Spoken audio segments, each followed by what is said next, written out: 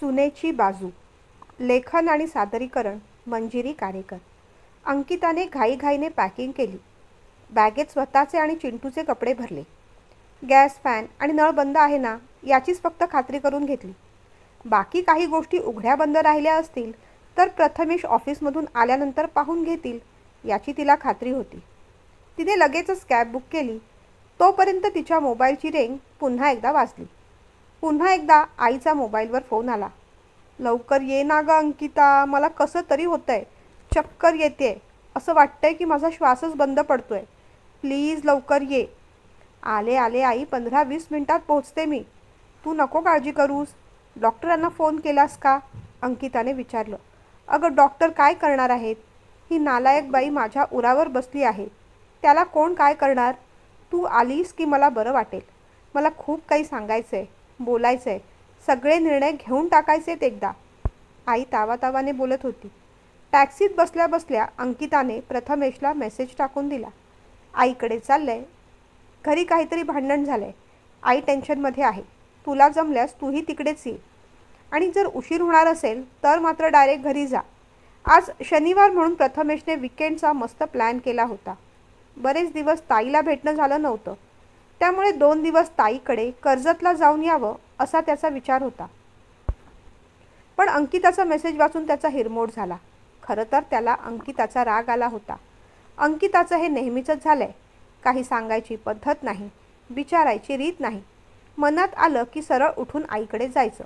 आईचा एवढाच पुळका होता तर लग्नच कशाला केलं? मुळात त्यांच्याकडे भांडणं झाली तर आपण जायची काय गरज? त्यांनी ते निस्तरावं.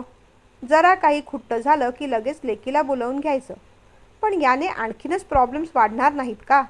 भांडणात जितक्या लोकांचा सहभाग जास्त, जितकी मतं जास्त तितके वाद जास्त. आणि भांडणं कुठे होत नाहीत. शब्दाला शब्द सगळीकडेच लागतो. पण म्हणून गोष्टींची सारवासारव करण्यासाठी याला त्याला कशाला बोलावून घ्यायचं? प्रथमेशला अंकिताचं वागणं अजिबात आवडलं नव्हतं. आईची काळजी असणं ही एक वेगळी गोष्ट आहे आणि प्रत्येक गोष्टींमध्ये ढवळाढवळ करणं ही एक दुसरी वेगळी गोष्ट आहे.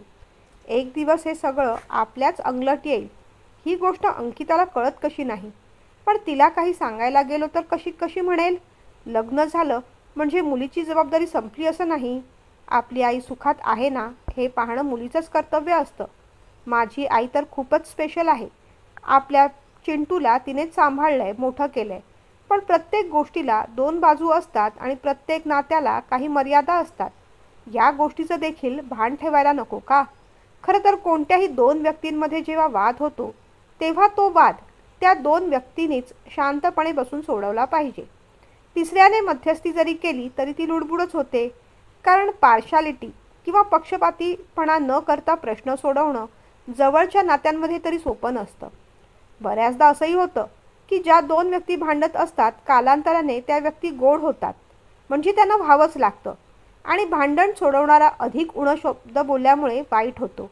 भांडण करणाऱ्याला भांडण सोडवण्याची सुद्धा हातोटी पाहिजे. नाहीतर भांडण करूच नये. परिस्थितीचा अंदाज घेत प्रथमेशने मग मेसेज टाकला. मी काही तिथे येणार नाही. मी ताईकडे चाललोय. तुझं सगळं निस्तरून झालं की तूच मग आपल्या घरी ये. मेसेज पाहून अंकिताला राग आला. आता ताईकडे याचं काय काम राहिलं होतं? इथे यायचं ना. प्रथमेश इथे आला की मग आईला पण मॉरल सपोर्ट मिळतो. ठीक आहे, तो नसला म्हणून काय झालं? मला माझ्या आईसाठी उभं राहावं लागेल आणि ते मी प्रत्येक वेळेस राहणार. मुलीचं लग्न झालं म्हणून तिची जबाबदारी, कर्तव्य संपली असं नाही. आपल्या आईची काळजी व्यवस्थित घेतली जाते की नाही, ती सुखात आहे की नाही हे पाहणंसुद्धा मुलीचंच कर्तव्य असतं. याआधीसुद्धा आपण बऱ्याचदा आईचे आणि मनालीचे वाद सोडवले होते. या मनालीला सुद्धा काडीची अक्कल नाही. पुढे जाऊन आईचे पाय पकडून सॉरी म्हणायचंच असतं तर मग भांडणं तरी कशाला करते कुणास ठाऊक. आता आपलं लग्न झालंय, लग्नाला तर 1.5 वर्ष होत येईल. थोडं सांभाळून घ्यावं ना. पण छे, हिला आपलंच म्हणणं खरं करायचं असतं. यावेळेस तिला चांगलंच दटावायला हवं. अनिकेतला सुद्धा कळत नाही. आपल्या बायकोला धाकात ठेवता येत नाही का? बायको असली म्हणून काय झालं? तिला एवढं काय चढवायचं? डोक्यावर ठेवायचं का? तशीही ती फार कुणाला पसंत नव्हतीच. अनिकेतच्या मानाने ती डावीच वाटते आणि तिलाही हे बरोबर माहिती आहे. म्हणून तर सांभाळून आहे आपल्या घरी. गेल्या भांडणात आई म्हणाली होती, तुझं नशीब चांगलं मनाली, म्हणून तू या घरात सून म्हणून आलीस. तेव्हा कशी मूग गिळून गप्प राहिली होती.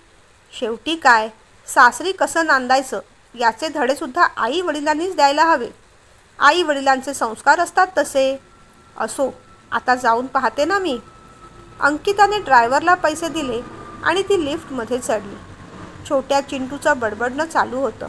आता मामाकडे गेलो ना की मग पिझ्झा बर्गर मागवूया, आईस्क्रीम पण, आणि मला ती नवीन टॉय कार पाहिजे.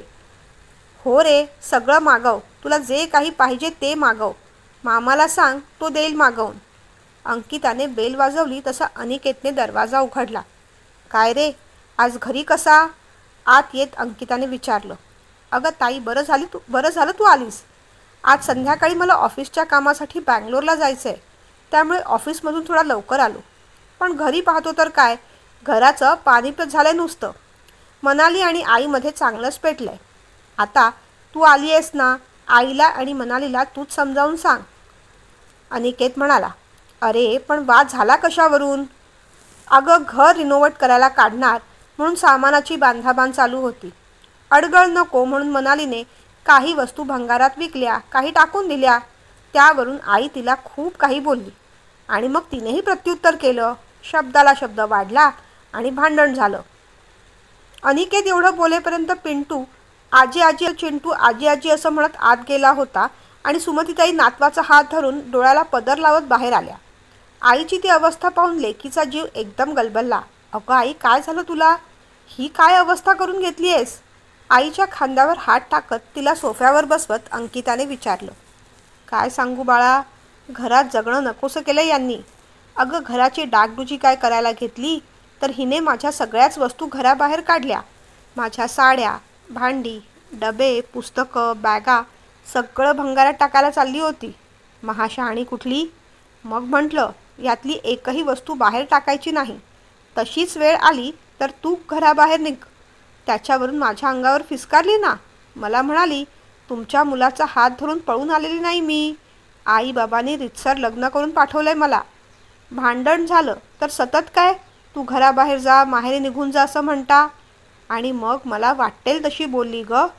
आईने पुन्हा डोळ्याला पदर लावला. अनिकेत मध्ये पडत म्हणाला, पण आई, तू तरी प्रत्येक गोष्टीचा एवढा इशू कशाला करतेस? अगं आता हे तिचं पण घर आहे ना. तिने तिच्या पद्धतीने थोड्याफार गोष्टी बदलल्या, लावल्या तर काय बिघडलं? अंकिता, कसा बायकोचा गुलाम झालाय तो. तुझे बाबा गेले आणि हे दिवस पाहायला मला मागे ठेवलं. तेवढ्यात मनाली पाणी घेऊन आली. ताई, घ्या पाणी घ्या. ग्लास पुढे करत मनाली म्हणाली. तिच्याकडे नजर रोखत अंकिता बोलू लागली. मनाली, तुझ्याकडून ही अपेक्षा नव्हती. छोट्या छोट्या गोष्टींवरून कशाला भांडण काढत बसतेस? काही गोष्टी तुला सोडून देता येत नाहीत का? आणि आईला उलटसुलट कशी काय बोलू शकतेस तू? अगं सासू सासरे म्हणजे आई वडिलांचं रूप असतात. त्यांना मान द्यायला नको का? त्यांची सेवा करायला नको का? आम्ही सुद्धा कामधंद्याची माणसं आहोत. आम्हाला सुद्धा सारखं सारखं यायला जमणार नाही इथे तुमचे वाद मिटवायला. रागारागाने अंकिता बोलत होती. पण तुम्ही इथे वाद मिटवायला या असं तुम्हाला कोणी सांगितलं? तुम्ही मुळात आलात ते वाद मिटवायला नाहीत, तुमच्या आईची बाजू घ्यायला. आज पहिल्यांदा मनालीने उलट उत्तर केलं. अगं, झालंय काय तुला? मी काहीतरी चांगलं सांगायला आले आणि तू माझ्याशीच भांडतेस.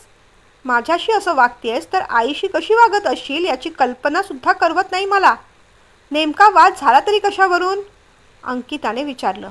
बरं झालं, तुम्ही आता आलाच आहात, विचारता आहात तर स्पष्टपणे सांगते. घर रिनोव्हेट करायला काढलंय. घरातल्या जुन्या अडगळीच्या नको असलेल्या वस्तू मी बाहेर काढायला गेले तर आईंनी माझ्याशीच भांडण काढलं. मनाली म्हणाली. त्या अडगळीच्या वस्तू नव्हत्या, त्या माझ्या सगळ्या वापरातल्या वस्तू होत्या. तुझ्या मनाला येईल तसं उठ सूट तू त्या वस्तू फेकत होतीस. रागारागाने सुमतीताई म्हणाल्या. वापरातल्या होत्या तर मग इतकी वर्ष वापरल्या का नाहीत? त्यातली एकही गोष्ट तुम्ही वापरत नव्हता.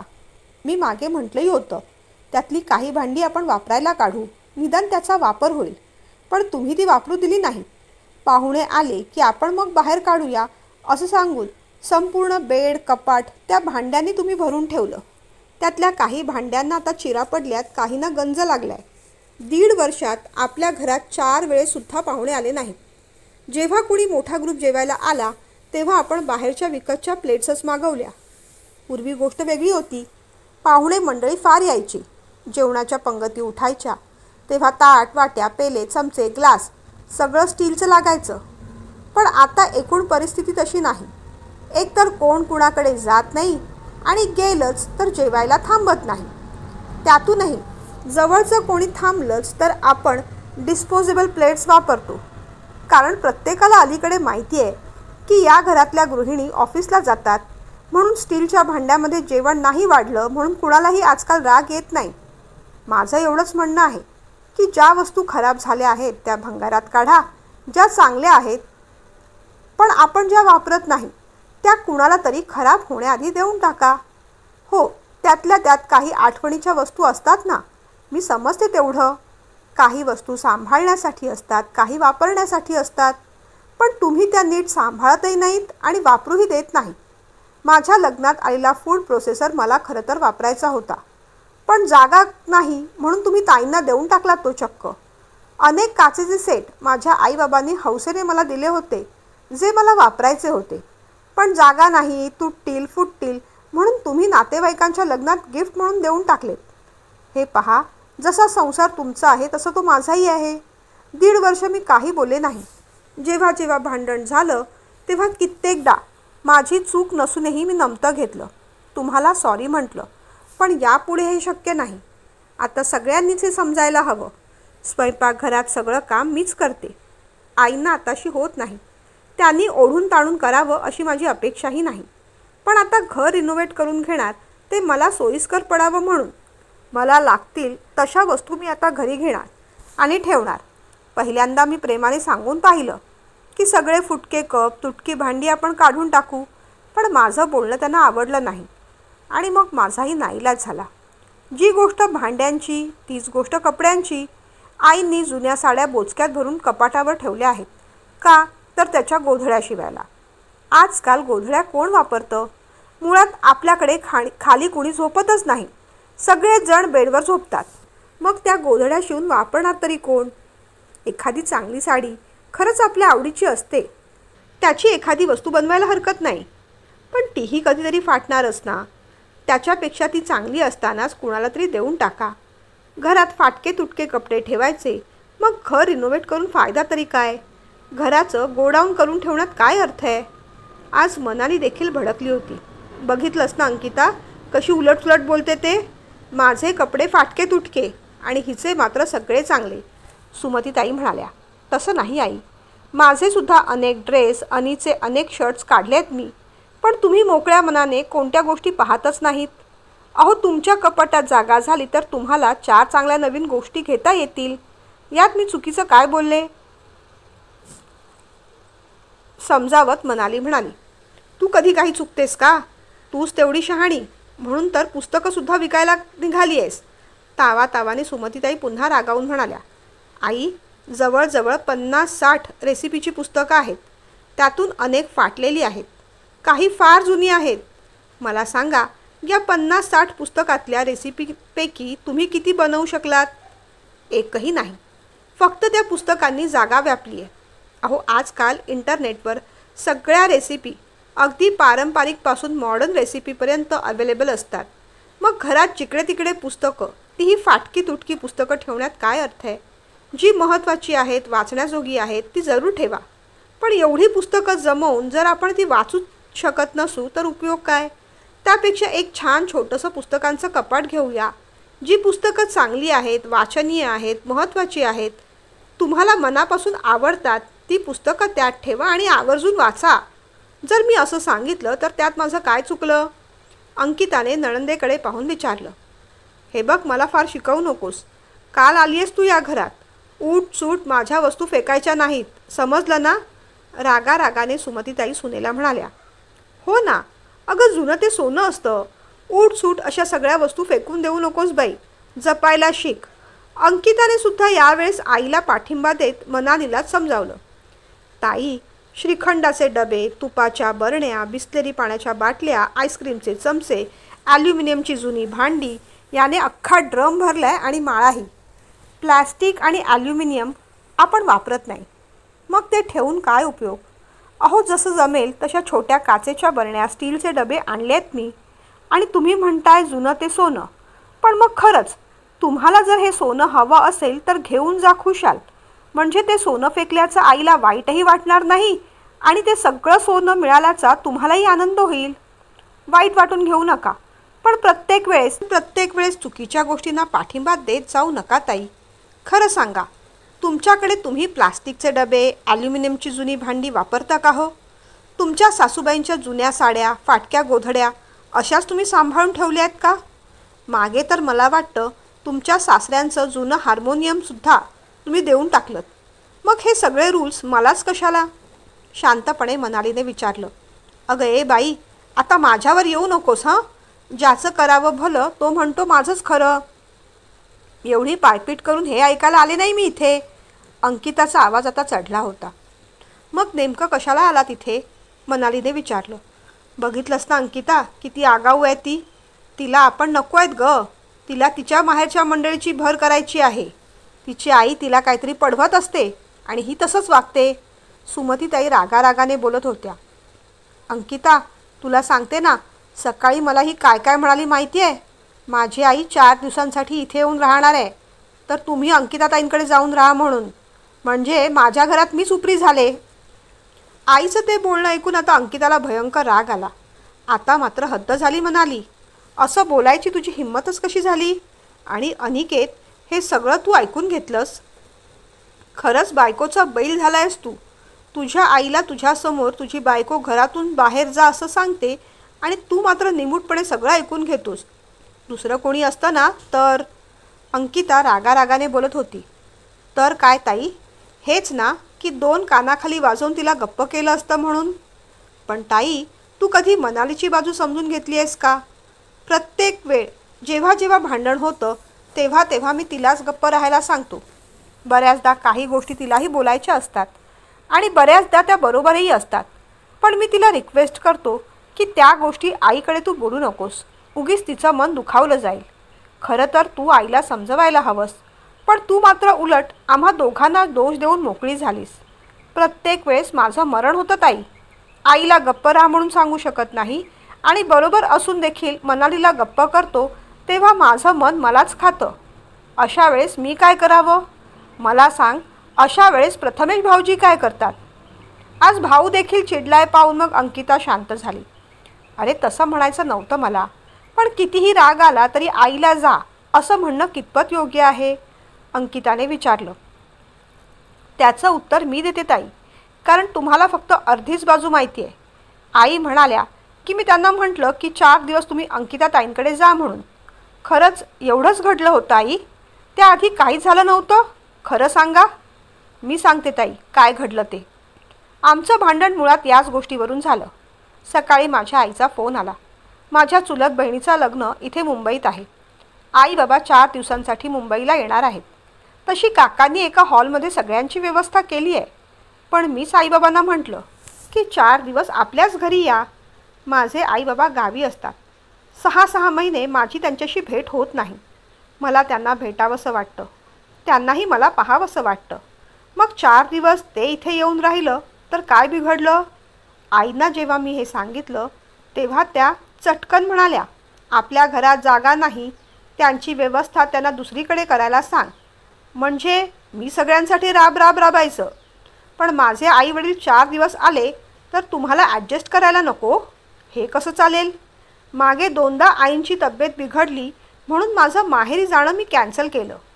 गेल्या महिन्यात मी आरामासाठी 4 दिवस आईकडे जाते असं म्हटलं तर मला म्हणाल्या, तब्येतीच्या कारणावरून सारखं माहेरी जायचं नाही. तब्येत काय 2-4 तासात ठीक होते. तिचा बागुलबुवा करून ठेवायचा नाही. म्हणजे माझी तब्येत बिघडली तर तो बागुलबुवा, यांची बिघडली तर मग सगळ्यांनी सगळे प्लॅन कॅन्सल करून यांच्याबरोबर थांबायचं. माझं आजारपण नाटक, यांचं मात्र खरंखुरं. मी सुद्धा जॉब करते ताई. संध्याकाळी मी घरी येते, सगळ्यांसाठी जेवण करते. आता कुणाचं काही काढून दाखवायचं नाही मला. पण बऱ्याचदा भाजी पोळीचा तुमचा डबा इथूनच भरून जातो. चिंटू हक्काने, मामी आज केक कर, उद्या पास्ता कर असं सांगतो. मी सगळं देते ना करून. पण मग माझे आई बाबा आले तर त्यांचं आदरातिथ्य आपण सगळ्यांनीच चांगल्या पद्धतीने करायला नको का? हे बघा ताई, कोणतीही रिॲक्शन अशीच येत नाही. त्याआधी काहीतरी ॲक्शन घडलेली असते आणि मग ॲक्शन आली की रिॲक्शन ही होणारच. गतीला प्रतिगती हा नियमच आहे. माझी रिॲक्शन पाहून तुम्ही भडकलात, पण त्याआधी आईंची ॲक्शन तुम्ही जाणून घ्यायला हवी होतीत, मनाली असं म्हणताच अंकिता मग नरमली. अगं मनाली, एवढी साधी गोष्ट तू मनाला का लावून घेतलीस? आईला तसं म्हणायचं नसणारच. तुझे आई बाबा आपल्याकडे आले तर आनंदाचीच गोष्ट आहे. पण काय आहे ना, आईचं पण आता वय झालं आहे. कुणी आलं तर तिला त्यांचं करणं झेपणार नाही. तू तर दिवसभर ऑफिसला जाणार, मग घरी त्यांची उठबस आईलाच करावी लागेल की नाही? आता तुझे आई बाबा काही बसून राहणार नाही, पण पाहुणे आले की आपण त्यांच्याकडून कोणत्या कामाची अपेक्षा तर करू शकत नाही ना. म्हणून कदाचित आई तसं म्हणाली असेल. तशी माझी आई खूप प्रेमळ आहे गं.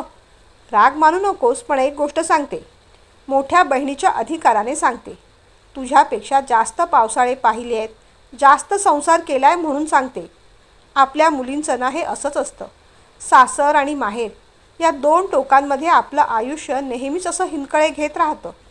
आपल्या माहेरच्यांचं आपण जरूर करावं, पण कितीही काही झालं तरी आपल्या सासरच्या मंडळींची मनं जपायला हवीत गं. कारण आपल्याला त्यांच्याबरोबर आयुष्य काढायचं असतं. काही लागलं सवरलं तर ते आपल्यासाठी पहिल्यांदा धावून येणारे असतात. आपल्या सासू सासऱ्यांचं, दीर नणंद यांचं, हे सगळ्यांचं करणं आपल्या लग्न झालेल्या मुलींचं कर्तव्यच असतं. बाकी कुणासाठी नाही, पण निदान आपल्या नवऱ्यासाठी. आणि त्याची देखील तीच इच्छा असते की नाही? हो की नाही? आणि आपला नवरा खुश म्हणजे आपण खुश. उद्या बघ तुला बाळ होईल आणि मग आम्ही जवळ म्हटल्यानंतर आम्हीच त्याचे लाड करणार ना. चिंटू त्याचा दादा होईल. आत्या मामे भावंड एकत्र खेळतील. मग एवढ्या छोट्या छोट्या कारणावरून कशाला वाद करायचे? मिळून मिसळून राहा ना. अगं थोडं नरमाईने घ्यावं. भांडणाच्या वादळात इगो ठेवून राहिलं, ताठा ठेवून राहिलं तर मोठमोठ्या वृक्षासारखे आपण कोलमडून जातो. पण तेच नम्रपणे गवताची पाती बनून राहिलो तर भांडणाचा पूर ओसरला ना की मग आपण पुन्हा लवलवत अगदी हसत हसत दिमाखाने उभं राहतो. हेच संसाराचं गमक नाही का? हे बघ, संध्याकाळी अनिकेतला बँगलोरला जायचं आहे. घरात अशी अशांती असेल तर त्याचं तरी मन लागेल का? आपल्या नवऱ्यासाठी म्हणून बायकोने थोडं ॲडजस्ट करायला नको का? पटतंय का मी काय म्हणते ते? तिच्या पाठीवरून प्रेमाने हात फिरवत अंकिता समजावत होती. शांतपणे मनाली ते सगळं ऐकत होती. समंजसपणे मग ती म्हणाली, हो ताई, सॉरी, माझं चुकलं. आई तुम्हाला पण सॉरी. ताईंनी माझे डोळे उघडले. नाहीतर खरंच मी चुकीचं वागत होते हे माझ्या लक्षातही आलं नसतं. माझी चुकी मला कळली. खरंच लग्न झालेल्या मुलींना संसार सांभाळणं म्हणजे तारेवरची कसरत असते. लग्न झालेल्या मुलींना संसार सांभाळणं म्हणजे तारेवरची कसरत असते. ताई तुम्ही मला समजावून घेतलं, समजावून सांगितलं, थँक्यू, मनाली म्हणाली. अगं त्यात थँक्यू काय, अनुभवाचे बोल आहेत, बाकी काही नाही, अंकिता म्हणाली. आपल्या लेकीच्या पाठीवरून कौतुकाने हात फिरवत सासूबाई अधिक कौतुक करू लागल्या. आहेच माझी लेक गुणाची. ती आली आणि सगळे प्रॉब्लेम सॉल्व्ह करून गेली. आता तुला कळलं ना मनाली, पुन्हा असं वागायचं नाही माझ्याशी. ताईने बघ किती छान पद्धतीने समजावून सांगितलं. ती म्हणते ते अगदी खरं आणि बरोबर आहे. तूही आता तशीच वाग. बरं आता जा, ताईसाठी काहीतरी गरमागरम खायला करून आण. सासूबाईंनी ऑर्डर सोडली तशी मनाली किचनमध्ये जायला निघाली. ताई तुम्ही आलात ते तशाच बसलात. जा ना, फ्रेश व्हा, कपडे बदला. तुम्ही कपडे आणले आहेत की माझा एखादा गाऊन देऊ तुम्हाला? अगं नको, 2 दिवस राहायच्या हिशोबानेच कपडे घेऊन आले मी. चला शेवट गोड झाला ना, मग सगळं भरून पावलं. मी आलेच हां फ्रेश होऊन. बरं अनिकेत ऐक ना, पिंटूला काहीतरी पिझ्झा कार्टॉय वगैरे मागवायचं होतं. तू जायच्या आधी मागव बाबा, नाहीतर आमचं डोकं खात बसेल तो. असं म्हणत हसत हसत अंकिता फ्रेश व्हायला बाथरूममध्ये गेली. मस्तपैकी शॉवर घेऊन ती बाहेर आली आणि गाणं गुणगुणतच आईच्या शेजारी येऊन बसली. अंकिता संध्याकाळी प्रथमेशरावांना पण इथेच बोलावून घे ना, आपण मस्तपैकी पार्टी करू. मनालीला सांगते पनीरची काहीतरी मस्त डिश बनवायला. काय म्हणतेस? सुमतीताई म्हणाल्या. अगं बघ ना, तेच म्हटलं होतं प्रथमेशला इकडेच ये म्हणून, पण त्याला त्याच्या बहिणीकडे जायचं होतं. जाऊ देत, ती इकडे येण्यापेक्षा हा तिकडे गेलेला केव्हाही बरा. ती आली ना की नुसतं घर डोक्यावर घेते बाई. प्रथमेश म्हणाला होता की मी ताईकडेच राहणार आहे. तरी पण एकदा फोन करून विचारू का गं त्याला? येत असेल तर मज्जा करू संध्याकाळी. अंकिता म्हणाली, अगं मग विचार ना, पटकन फोन करून विचार आणि त्याला म्हणाव आईने तुला आग्रहाने इथेच बोलावलं आहे म्हणून. सुमतीताई असं म्हणताच अंकिता फोन शोधू लागली. अगं आई, माझा फोन कुठे आहे? अगं मला वाटतं मगाशी तुझा फोन वाजला ना तर तो त्या मनालीने उचलला होता. विचार तिला. माझा फोन वाजला? कुणाचा होता? अंकिताने विचारलं. तेवढ्यात मनाली फोन घेऊन बाहेर आलीच. अहो ताई, मगाशी तुमचा फोन बराच वेळ वाजत होता. मग मीच उचलला तो. प्रथमेश भाऊजींचा होता. पण प्रथमेश तर त्याच्या बहिणीकडे राहायला गेलाय. अंकिता म्हणाली. हो ताई, तुम्ही आता आईला म्हणत होतात ते ऐकलं मी. पण भाऊजी म्हणत होते त्यांच्या बहिणीला आणि मुलांना घेऊन ते संध्याकाळीच परत येणार आहेत म्हणून. असंही मुलांना दिवाळीच्या सुट्ट्या आहेत तेव्हा मुलंसुद्धा मामाकडे जाऊया म्हणून मागे लागली होती. तुमच्या नणंदबाईसुद्धा बोलल्या माझ्याशी. फार प्रेमळ वाटल्या होत्या. मला म्हणाल्या, वहिनी किती दिवस झाले बोलवते पण आम्हालाच वेळ मिळत नाही. पण मग मी म्हटलं, आमच्या अंकिताताई फार प्रेमळ आहेत. तुम्ही खरंच त्यांच्याकडे राहायला या आणि आईबाबांना सुद्धा गावावरून बोलवून घ्या. आमच्या अंकिताताईंना त्यांची फार आठवण येते. तेही बरेच दिवस आले नाही तिथे, असं त्या म्हणत होत्या. आमच्या अंकिताताई नेहमीच म्हणतात, खरं तर त्या सुना धन्यभागी ज्यांना सासू सासऱ्यांची सेवा करायचं पुण्य मिळतं. सासू सासरे म्हणजे आपले दुसरे आईवडीलच असतात. पण तुमच्या नणंदबाई म्हणाल्या की नको, वहिनी जॉब करते. पण मग मीच म्हटलं, त्यात काय झालं? आपल्या हक्काची, प्रेमाची, मुख्य म्हणजे सासरची माणसं आली तर थोडंफार ॲडजस्ट करायला लागलं. त्यात एवढी मोठी गोष्ट नाही. आमच्या ताई खरंच खूप ग्रेट आहेत, हुशार आहेत. जॉब, घर सगळं कसं छान सांभाळतात. आणि मुलांनासुद्धा मामाचं घर हवं की नको? आत्ते मामे भावंड एकत्र वाढायला नकोत? आमचा चिंटू बघा, दर आठवड्याला मामाकडे येतो. मग तुमची मुलं त्यांच्या मामाकडे जात नसतील तर त्यांच्या मामा मामींना किती वाईट वाटत आठवड्याला मामाकडे राहायला येतो. मग तुमची मुलं त्यांच्या मामाकडे जात नसतील तर त्यांच्या मामा मामींना किती वाईट वाटत असेल. तुमच्याही आईबाबांचं आता वय झालं आहे. आता कधीतरी मुलाकडे सुनेकडे येऊन राहा म्हणावं त्यांना. सासू सासऱ्यांच्या सेवेचं पुण्य आमच्या नणंदबाईंच्यासुद्धा पदरात पडू दे की. हो की नाही ताई? मनाली बोलत राहिली. मनालीचं ते बोलणं ऐकून अंकिताचे डोळे मात्र पांढरे फटक पडले. हे सगळं बोलायची काय गरज होती? मूर्ख कुठली? तुला कोणी शहाणपणा करायला सांगितला गं? मुळात तू माझा फोन का उचललास? माझी नणंद एक नंबरची बनेल बाई आहे. ती इथे यायला टपलेलीच आहे आणि तू अजून काय आमंत्रण दिलंस? आणि सासू सासऱ्यांच्या इथे येण्याबद्दल काय सांगितलंस? आता प्रथमेशला तेवढंच निमित्त. काय गं मनाली, सगळा गोंधळ करून ठेवलास तू. मुळात माझ्या फोनला तू हात कशाला लावलास? माझ्या नंडेची मुलं अगदी उपद्रवी कार्टी आहेत. इथे आली की हे मोड ते तोड, सारखं बाहेरचं मागवायचं असतं त्यांना.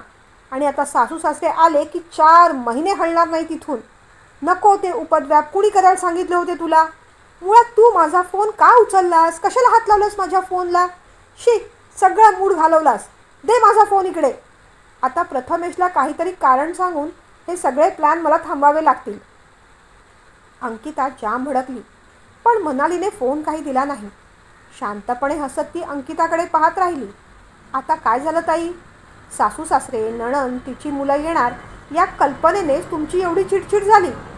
अहो, सासू सासरे आई वडिलांसारखे असतात, नणंद बहिणीसारखी असते. आपण सासऱ्यांची मनं सांभाळली पाहिजेत. आपल्या नवऱ्याचा विचार करून तरी आपण ह्या सगळ्या गोष्टी केल्या पाहिजेत. या तत्त्वज्ञानाचं आता काय झालं? आता समजलं ना ताई? या सगळ्या गोष्टी आपल्या भाऊजाईला सांगण्यापुरती असतात. आपल्यावर जेव्हा येतं ना तेव्हा ती नाती निभावणं खूप कठीण असतं. यावेळेस मनाली बोलत होती आणि अंकिता तिच्याकडे पाहत होती. हा घ्या तुमचा फोन. नव्हता आलेला भाऊजींचा फोन. मोबाईल कंपनीचा फोन होता. बराच वेळ वाजत होता म्हणून मी फक्त कट केला. बाकी तुमच्या फोनला हात लावायची मला काहीही गरज नाही. मला फक्त एवढंच सांगायचं आहे की सासू सासरे गावी असणाऱ्या सुनेने, नणंद आपल्या घरापासून दूर राहत असणाऱ्या वहिनीने आणि रोज सकाळ संध्याकाळ माहेरी येणाऱ्या लेकीने एवढं तरी समजून घ्यावं की की आपली वहिनीसुद्धा कुणाची तरी लेक आहे, कुणाची तरी बायको आहे आणि कुणाची तरी सून आहे आणि त्या सुनेलासुद्धा एक मन आहे आणि त्या सुनेचीसुद्धा एक बाजू आहे, बाकी काही नाही. असो, तुम्ही फ्रेश झाला असाल तर गरमागरम भजी घेऊन येते. तुम्ही चहा घेणार की कॉफी? लवकर सांगा, कारण मलाही आता बाजारात जायचं आहे. आई बाबा येणार आहेत ना, त्यांच्यासाठी थोडी खरेदी करायची आहे. शिवाय अनिकेत संध्याकाळी बँगलोरला जाणार आहेत, त्यामुळे त्यांचीही गडबड असेल. अनी, तुझी तयारी झाली का, की मी मदत करू तुला? आणि अगदी निश्चिंतपणे जा. तुझं घर सांभाळायला, नाती जपायला आणि सासर माहेर छान सांभाळायला तुझी बायको समर्थ आहे. सासूबाईंकडे आणि नणंदेकडे एक कटाक्ष टाकत मनाली आत निघून गेली. दोघींकडे पाहत अनिकेत शांतपणे हसला. चला, मी येतो, तुमचं चालू द्या. माय लेकी मात्र एकमेकींकडे पाहत राहिल्या. सुनेची ही बाजू असते हे सहसा कोणी समजत नाही. वेळ आल्यावर तिलाच ती हक्काने मांडावी लागते.